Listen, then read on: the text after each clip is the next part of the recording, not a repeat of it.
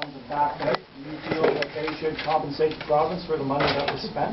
Well, that was one of the questions when the MOU was put forward, and I remember saying, is there going to be an opportunity for Hydro-Quebec to come forward and look for compensation on costs from NB Power or vice versa? And that was clearly outlined in the MOU that the due diligence on each side would be the responsibility of each party. Hydro-Quebec has invested a great deal of time and effort in undertaking their due diligence and their costs. And we've undertaken a similar effort to make sure we got the best deal possible for New Brunswickers. And I think that's reinforced today of how good of a deal this was, because Hydro-Quebec made a decision not to proceed because of the greater risks associated with the deal for them versus the benefits that we were getting here in New Brunswick. So, you know, I respect today that that there was a process in place for the memorandum of understanding, and we're going to respect that process. And just the other quick question concerning. There was, a while ago, Jurgen said that they couldn't get good power deals here, and they were thinking, that they may have to move some of their operations to Quebec. Are you concerned that could happen now? Every single day that we lose a job in this province to another jurisdiction, you're darn right I'm concerned. That's why we did this. That's why we brought forward solutions to keep our families here in the province of New Brunswick.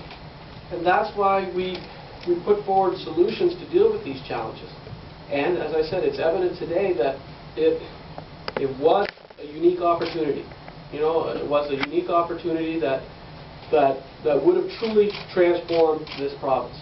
And with Hydro-Quebec making a decision that, and I want to be very clear, I respect why they made the decision. I'm disappointed though that decision was made, because as a government today, I felt that there was a great advantage in maximizing the value of their assets with the value of our assets for the benefit of both provinces. Mr. Thomas, just wondering, you spoke about this in French earlier, but can you speak a little bit to what the Premier has asked you to do and how these changes could affect power rates here in New Brunswick? How close you think you can come to matching what you could have? Well, first thing we're going to do is going to reach to every employee of the province of Brunswick, our great workforce who has been innovative and been creative throughout the last 75 years, and come up with some creative solutions. And we're going to look hard finding some either efficiencies, improving cooperation, and we're going to put a plan for the short term. The long term is a little more difficult, actually quite more difficult, because this deal, like I said earlier, was the greatest deal that we could have come up with at this point in time. A lot of those risks were being transferred to Hydro-Quebec, like the Premier just said. Those risks are now back here, and we have to figure how to mitigate them. But I can assure you that we will work hard to continue to serve our customers. And when our customers are suffering, we need to change. And we will continue to serve our customers well within the needs we have. And that may include going to the regulator. But again, I have a couple of weeks to come up with some creative solutions short term, and we will continue on a long-term basis to look for innovative and creative solution with all our great workforce. Quick final, Steve. Steve Llewellyn, you got the red tie today, so you get the last question. Thank you. I'm wearing blue one. I wanted to ask again if you could explain why Mactaquac is why Mactaquac would be more expensive to refurbish for Hydro-Quebec than for New Brunswick, and a follow-up question if you'll let me after that. I'll use an example. It's like you have a mechanic that's worked on a Ford car all his life, and all of a sudden is switching to another vehicle to repair. Today we have a great team on the ground at Mactaquac, and we've had great expertise in dealing with a number of the civil responsibilities of running a run-of-the-river dam system.